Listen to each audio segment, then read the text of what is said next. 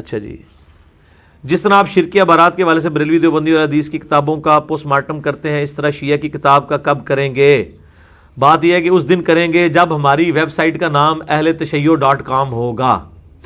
چونکہ ہم اہل سنت کا پلیٹ فارم یوز کر رہے ہیں تو ظاہر ہے جب اہل سنت کا پلیٹ فارم ہے، کتابیں بھی اہل سنت کی میں استعمال کر رہا ہوں، تو میں تو پہلے اہل سنت کو ایڈریس کروں گا. وہ تو میرا یہودیوں عیسائیوں کے اوپر بھی شاید ایک ہی لیکچر ہے، تو اس سے یہ نہیں ہوگا کہ میں یہودیوں یا عیسائیوں کی غلطی کو ہائی لائٹ نہیں کرتا، یا اسی طریقے سے جو ہے وہ قادیانیوں کے اوپر بھی میرا ایک ہی کلپ آیا ہے.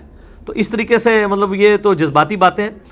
اہل تشیع کو میں نے دعوت حق مسئلہ 162A کے اندر پیش کیا ہے، خلافت راشدہ کے 30 سال نہج البلاغہ کی روشنی میں، جس میں میں نے مولا علی علیہ السلام کے 5 خطبات سے دعوت حق ان کے سامنے رکھی ہے. باقی ان کی کتب کا پوسٹ مارٹم اس لیے نہیں کیا جاتا ہے کیونکہ میں اہل سنت کا پلیٹ فارم استعمال کر رہا ہوں، اور میں اہل سنت میں جتنے مقادم فکر ہیں ان کو سنیوں کی کتابوں سے بتا رہا ہوں کہ آپ اپنی اصلاح کریں. چونکہ میں نے اپنے اوپر اہل سنت کے منہج کا ٹائٹل لگایا ہوا ہے، فرقے کا نہیں، منہج کا، جو بڑی تفریق ہے سنی اور شیعہ.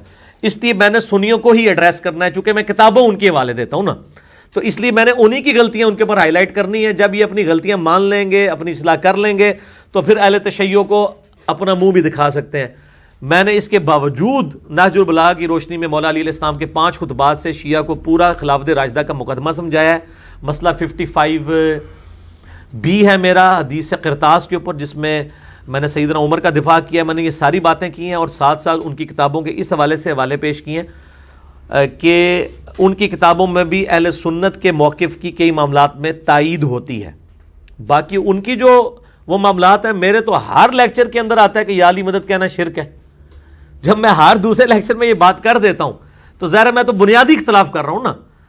اور اسی حوالے سے جو کشف کا عقیدہ ہے یا امامت کا بگڑا ہوا عقیدہ ہے، اور اسی طریقے سے قادیانیوں کے جو بگڑے ہوئے عقائد ہیں، اس کے اوپر بھی میرا کلپ آ چکا ہے، قادیانیوں کو دعوت اصلاح. اس میں نے سب کے بارے میں یہی موقف اڈاپٹ کیا کہ نبی علیہ السلام کے بعد کسی بھی شخص کے ساتھ کسی کا کوئی ڈیوائن تعلق اللہ تعالیٰ کے کا مانے تو وہ اسی گمراہی کے اندر جو ہے وہ فال کرتا ہے. تو اس لیے جو ہے نا وہ یہ میں نے مسئلہ 185 کے اندر انجینئر محمد علی مرزا کے 8 اعلانات، اس میں نے اس ٹاپک کو ایڈریس کیا تھا. تو یہ کبھی بھی نوبت نہیں آئے گی. اس کی وجہ یہ ہے کہ اس لیول پہ مجھے اترنے کی ضرورت نہیں ہے. جب تک اہل سنت کی صفائی نہیں ہوتی ہے 80% اہل سنت کی، اس وقت تک 20% اہل تشیع کا پوسٹ مارٹم کرنے کی ضرورت نہیں ہے. ہم اہل تشیع اور ہمارے درمیان جو قرآن کتاب کامن ہے، ہم اس کے ریفرنسز دیتے ہیں. نہج البلاغہ سے ریفرنس دے کے ان کو مقدمہ اپنا پیش کیا ہے، جو میں اہل سنت کا مقدمہ ان کی دارت میں پیش کیا ہے.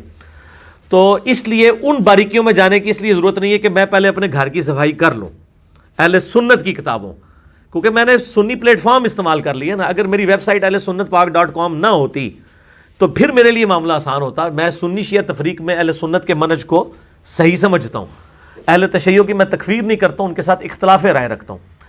تو اس حوالے سے اگر کسی کو کوئی مطلب غلط فہمی ہوگی ہے تو وہ اپنی غلط فہمی کا ازالہ کروائے. اور شیعہ کو کتابوں کے حوالے کہاں سے دیں؟ ہم جب ان کے ساتھ سیدنا علی رضی اللہ تعالیٰ عنہ کے معاملے میں غلو کی بات کرتے ہیں تو وہ کہتے ہیں ہم نے تو حضرت علی رضی اللہ تعالیٰ عنہ کے بارے میں غلو کیا ہے، اور آپ نے تو اپنے بزرگان دین کے ناموں کے کلمے آپ کے بزرگوں نے پڑھائے ہیں اور وہ آپ کی کتابوں میں لکھے ہوئے ہیں. آپ تو پہلے اپنا اسلام ثابت کریں نا. تو وہ تو نہیں کر سکتے، کیسے ثابت کریں گے؟ ان کی تو آپ تکفیر کرنے سے رہے، اتنی تو جرت کسی کے اندر نہیں ہے. تو وہ آپ مقدمے ہی ہار جاتے ہیں.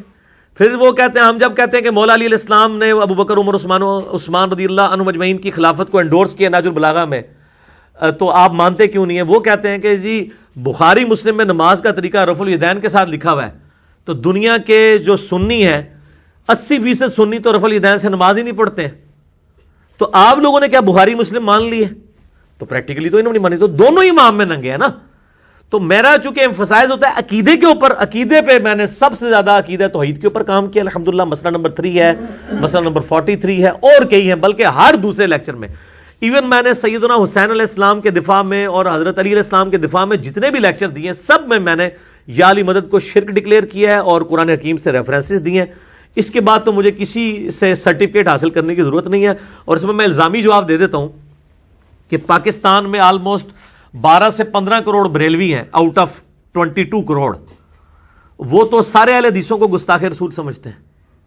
تو کیا اہل حدیثوں نے 15 کروڑ بریلویوں سے عاشق رسول ہونے کا سرٹیفکیٹ حاصل کر لیا؟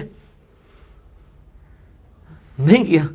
تو اسی لیے ہمیں اہل حدیث سے جو لاکھوں کی تعداد میں، کروڑ میں بھی نہیں ہے، ان سے ہمیں سنی ہونے کا سرٹیفکیٹ لینے کی بھی ضرورت کوئی نہیں ہے. نہ ہمیں کسی بریلوی دیوبندی سے عاشق رسول کا سرٹیفکیٹ لینے کی ضرورت ہے.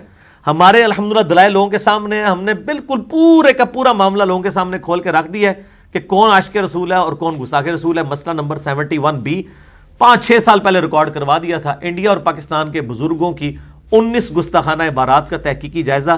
میں اس لیکچر کو سمجھتا ہوں کہ قیامت والے دن اللہ کے حضور میں اپنے اعمال میں سے اگر کوئی سب سے بہترین چیز پیش کر سکتا ہوں عبادات کے بعد، اللہ کے سامنے تحفے کے طور پہ کہ میں نے یہ امت کے لیے خدمت اللہ نے مجھ سے لی ہے، تو وہ مسئلہ نمبر 71B ہے جو ہزاروں لوگوں کی اصلاح کا سبب بنا. کیونکہ انڈیا، پاکستان میں، بنگلہ دیش میں، افغانستان میں جب تک بزرگ پرستی کے فتنے کو ایڈریس نہ کیا جائے اس وقت تک قرآن و حدیث کو ماننے کے لیے کوئی تیار نہیں ہوتا. تو بزرگ پرستی کی جو آکاش بیل تھی وہ 71B انڈیا اور پاکستان کے بزرگوں کی 19 گستاخانہ عبارات کا تحقیقی جائزہ، اور سچ پیپر نمبر 2A بھی ہے اندھا دھند پیروی کا انجام، تو وہ میں نے اس میں بیان کر دیا.